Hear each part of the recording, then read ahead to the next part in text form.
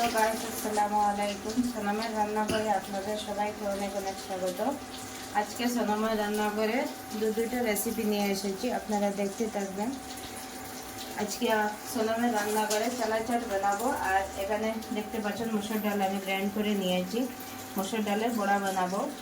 এখানে দুটো পেঁয়াজ আমি ছোটো ছোটো কচি করে দিয়েছি, কাঁচামরিচ দিয়েছি ছোটো ছোটো কচি করে। এখন আমি সবগুলো মশলা অ্যাড করে দেব, আপনারা দেখতে থাকবেন। সবার প্রথমে আমি ডালের বড়াগুলো বানিয়ে নেব। এর জন্য আমি সবার প্রথমে লবণ দিয়ে দিচ্ছি, স্বাদ মতো লবণ দিয়ে দিলাম।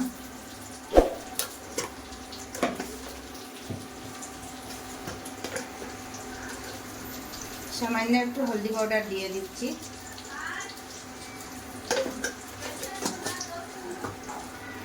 সামান্য একটু ধনিয়া পাউডার দিয়ে দিচ্ছি।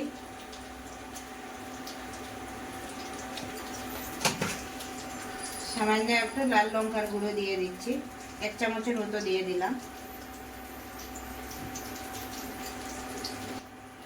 একটু জিরা পাউডার দিয়ে দিচ্ছি, পাতা দিয়ে দিচ্ছি কচি করে রেখেছিলাম।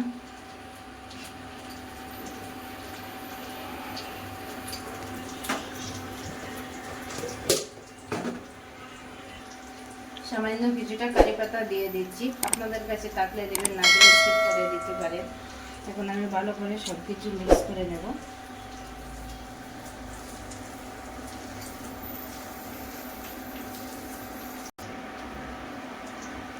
ভালো করে মাখা হয়ে গিয়েছে, এখন আমি বাজার জন্য চলে যাব।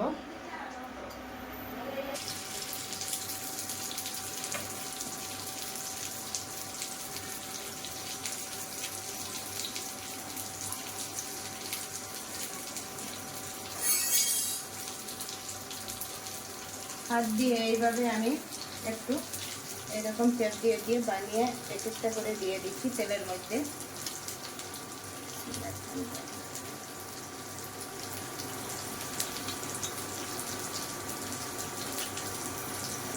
এইভাবে সবগুলো আমি তেলের মধ্যে দিয়ে দেব।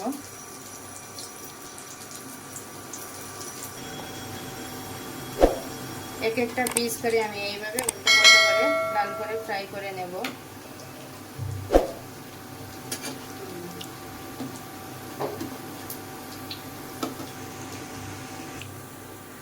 সবগুলা আমি এইভাবে লাল লাল করে ভেজে নিচ্ছি। দেখুন, এখন আমি তুলে নিচ্ছি লাল লাল করে ভেজে।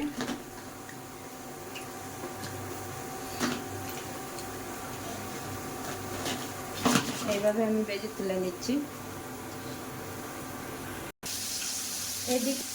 এইদিকে আমি চানা চাট বানানোর জন্য একটা তাওয়া বসিয়ে দিলাম। তাওয়ার মধ্যে 2 চামচের মতো সরষের তেল দিয়ে দিচ্ছি। সরষের তেল দিলে একটু ভালো লাগে খেতে, এর জন্য আমি সামান্য একটু জিরা দিয়ে দিচ্ছি।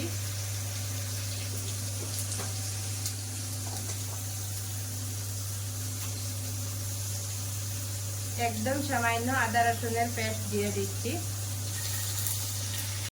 আদা রসুন বাটা দিয়ে দিলাম, দিয়ে আমি সামান্য একটু গরম জল করে নিয়েছি। গরম জলের মধ্যে একটা পেস্ট বানিয়ে নেব। এখানে আমি কাশ্মীরি লাল লঙ্কার গুঁড়ো দিয়ে দিচ্ছি 1 চামচের মতো।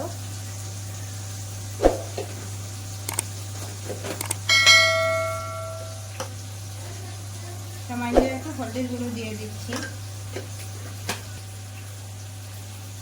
সামান্য একটু ধনিয়া গুঁড়ো দিয়ে দিচ্ছি। 1 চামচের মতো জিরা পাউডার দিয়ে দিচ্ছি।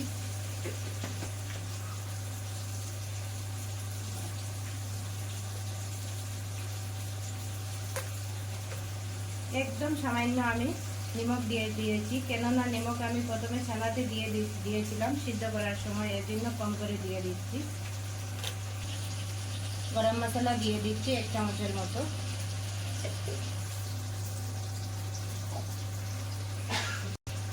সামান্য একটু চাট মশলা দিয়ে দিচ্ছি।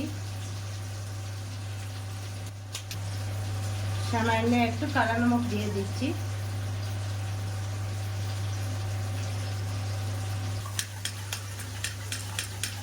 এইভাবে আমি মিক্স করে নিচ্ছি পেস্টটা। এখন আমি এই পেস্টটা দিয়ে দিচ্ছি তাওয়ার মধ্যে, দিয়ে আমি এইভাবে ভালো করে নাড়াচাড়া করতে থাকবো, করে মশলাটা আমি ভালো করে কষিয়ে নেব।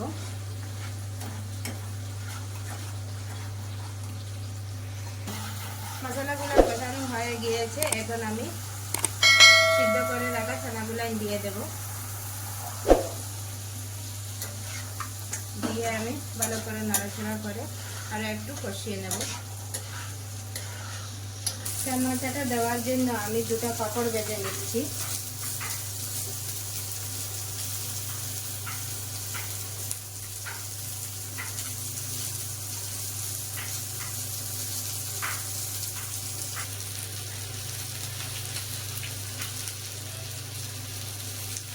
সামান্য কিছুটা লাল লঙ্কা আমি ভেজে নিচ্ছি, সামান্য কিছুটা কারি পাতা ভেজে নিচ্ছি আমি। এদিকে আমার ছানাগুলো ভাজি হয়ে গিয়েছে, এখন আমি নামিয়ে নিচ্ছি।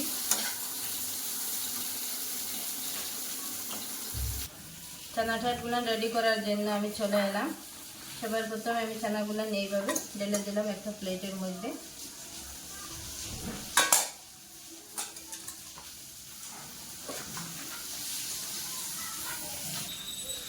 কিছুটা পেঁয়াজ আমি কচি করে রেখেছিলাম, এইগুলো উপরে দিয়ে দিচ্ছি এইভাবে।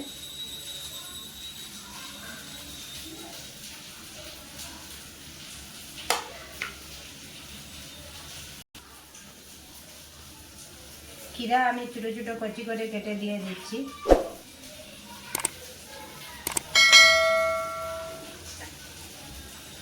ছোটো ছোটো করে টমেটো কেটে রেখেছিলাম, এইগুলো দিয়ে দিচ্ছি।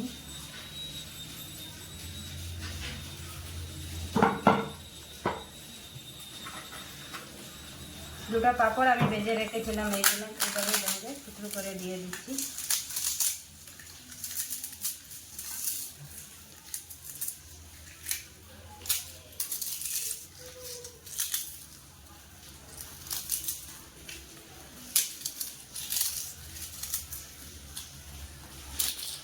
সামান্য কিছুটা ধনিয়া পাতা উপরে ছিটিয়ে দিয়ে দিচ্ছি।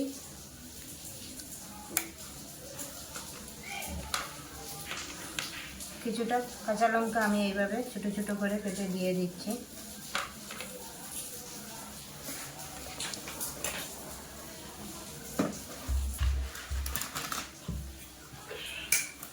কিছুটা আলু ভুজি আমি এইভাবে উপরে দিয়ে দিচ্ছি।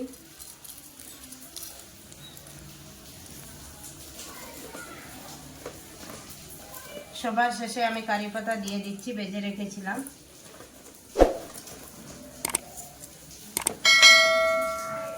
এখন আমি সব কিছু মিক্স করে নিচ্ছি এইভাবে একটা চামচ দিয়ে।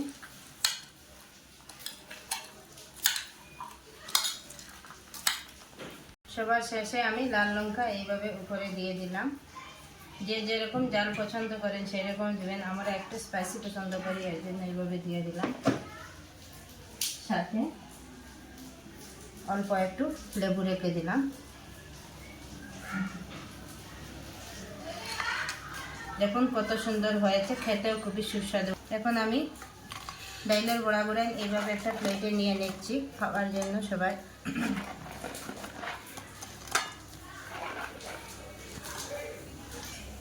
সামান্য একটু ধনিয়া পাতা উপরে দিয়ে দিচ্ছি।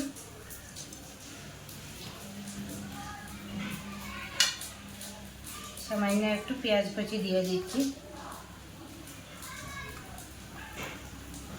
দেখুন বন্ধুরা, আমার চানা চাট আর মসুর ডালের বড়াগুলো রেডি হয়ে গিয়েছে। দেখুন কত সুন্দর লাগছে, খেতেও খুবই সুস্বাদু লাগে। আপনারা চাইলে এইভাবে ঘরে বানিয়ে খেতে পারবেন। যদি ভালো লেগে থাকে তাহলে আমার ভিডিওটাকে লাইক শেয়ার কমেন্ট করে দেবেন। আর নতুন হয়ে থাকলে প্লিজ আমার চ্যানেলটাকে সাবস্ক্রাইব করে যাবেন। আপনারা সবাই ভালো থাকবেন, সুস্থ থাকবেন। আবার দেখা হবে নতুন ভিডিওর সাথে। চলুন, বাই বাই।